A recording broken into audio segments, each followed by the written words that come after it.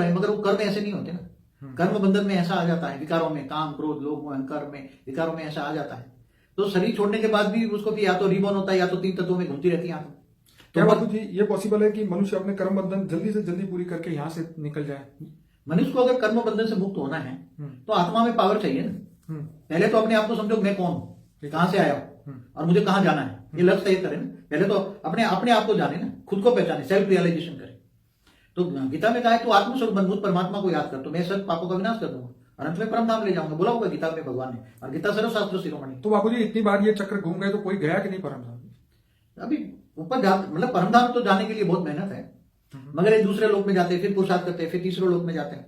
इसका मतलब जितने भी मनुष्य यहाँ पे धरती में देख रहे हैं वो सब विदाउट पुरुषार्थ ही है, इसीलिए यहाँ पे आए। आप क्या कहेंगे? कई साधु संत महात्मा धरती के कल्याण के लिए आते हैं, ठीक है। तो उसके साथ कई मनुष्य आत्माएं ऊपर सूक्ष्म जगत से आती रहती हैं, ठीक है। और जगत कल्याण के लिए बहुत साधु संत धरती पर आते हैं यहाँ और धरती के ऊपर कल्याण करते हैं। जैसे दूसरे देशों में नहीं बताया कि ये दूसरे लोगों से आते हैं, एलियन जिसको कहते हैं ना, एलियंस, तो वो मैसेंजर आते रहते हैं, उनका ग्रुप का कनेक्शन है, तो दूसरे लोग से भी आते रहते हैं।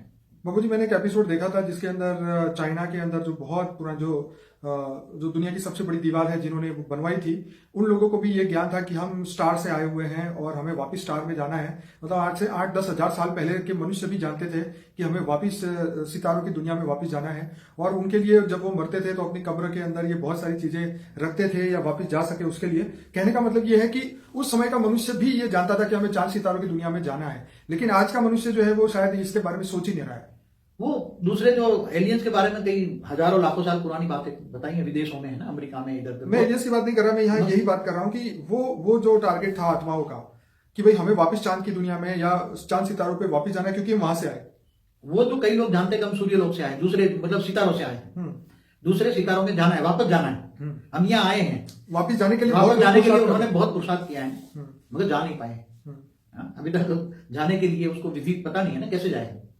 जाए तो कैसे जाए, वापस ऊपर जाना है, वापस दूसरे सोलर सिस्टम में जाना है। तो दूसरे सोलर सिस्टम में समझो आया है, तो जिस सूर्य में वापस जाना है वो कितना दूर होगा?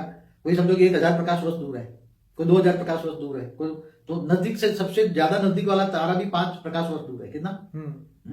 तो वो कैसे जाएगा? क्या ये स्थूल यान तो जाएगा नहीं तुम्हारा? स्थूल शरीर में जा पाएगा? स्थूल शरीर तो जा नहीं पाएगा। अब उसके लिए यान चाहिए तो कौन सा यान जाएगा? जैसे आजकल अभी मंगल पर पैर रखा है मुश्किल से, मगर मुझे लगता है कि मनुष्य तो अभी मंगल पर नहीं उतरा ना। नहीं, मनुष्य थोड़ी गया, अभी तो वो अपने रोबोट भेजा है ना अभी तो मगर पहले तो ये लोगों को जाना है, मगर जाने की विधि पता नहीं है ना। तो वो विधि हमारे गीता में क्या हुआ है? आत्मस्वरूप बनो और कर्म बंधन तो काट दो, तो आत्मा में पावर आएगी। आत्मा तमो प्रधान बन गई है ना, ठीक है। तो आत्मा पावर आएगी, आत्मा में पावर हाउस से कनेक्शन होगा तो